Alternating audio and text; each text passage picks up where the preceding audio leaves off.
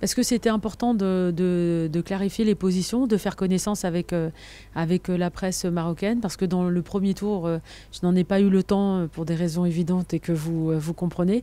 Et c'était c'était très important pour moi de me présenter à vous. Voilà.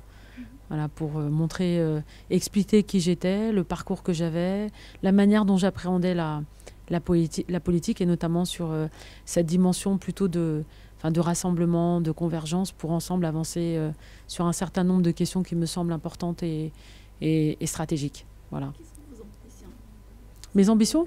Si vous gagnez Eh bien, mes ambitions, c'est déjà de gagner l'élection législative pour être donc la députée des Français de la 9e circonscription, la députée de la 9e circonscription des Français établis hors de France. Pourquoi cette circonscription? Parce que cette circonscription m'intéresse beaucoup, elle me passionne, parce que je la trouve riche. C'est aussi le continent de mes racines, et c'est surtout parce que c'est un continent sur lequel j'ai beaucoup travaillé. Dans le cadre je suis vice-présidente de la Commission des Affaires étrangères, de la Défense et des Forces armées, et j'ai beaucoup travaillé sur les questions de sécurité qui concernent ce continent. Voilà, c'est un continent qui est riche, qui est prometteur. C'est le continent du 21e siècle.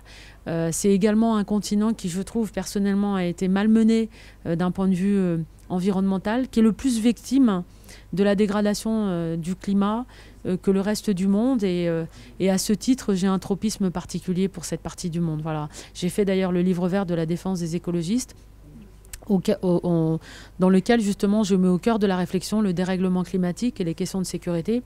Et j'ai pu porter, grâce à Jean-Yves Le Drian, ministre de la Défense en 2015, et à Nicolas Hulot, j'ai pu porter ce sujet. Il y a eu donc une grande conférence à Paris, internationale, autour du dérèglement climatique et des questions de sécurité en amont de la COP21. Je suis ravie parce que le Maroc avait accepté de reprendre à son compte ce sujet.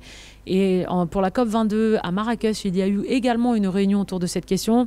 Et je croise les doigts. On est ici en plein mois du Ramadan à faire des vœux pour que ce sujet intègre pleinement les différentes et les prochaines conférences des parties, parce que c'est structurant et c'est fondamental. Quand on commence à réfléchir sur le fait que le dérèglement climatique a un impact de sécurité, je fais le pari que l'ensemble des acteurs des acteurs du monde réfléchiront différemment.